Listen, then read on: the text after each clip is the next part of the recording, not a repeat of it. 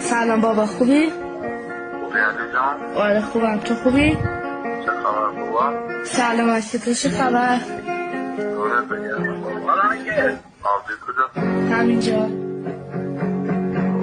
عزیزم؟ بله. تو میرم بابا انتظاری.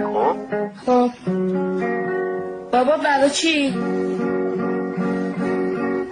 نمیتونم بگم برای چی، ولی یه دیگه به سن نزدم مراقب بازی باش. هنوزم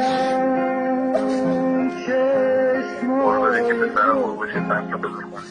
باش. بابا مگه حال نداره بودی بیاد چرا بابا؟ پس چرا میخوای بری از نمیدونم بابا. من اگه کنم زنگ سازدم بذار که همیشه بگیم. چرا نرفتی شما؟ عزیزم بابا. بله.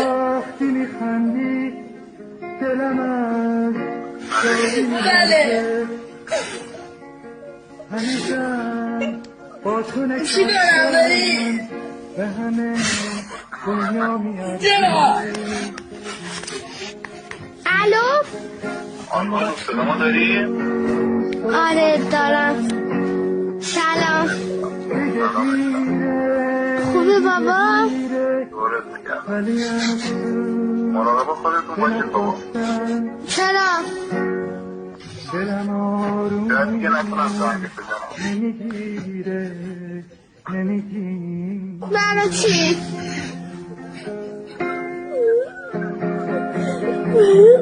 برای چی؟ بابا من تو قول ندادی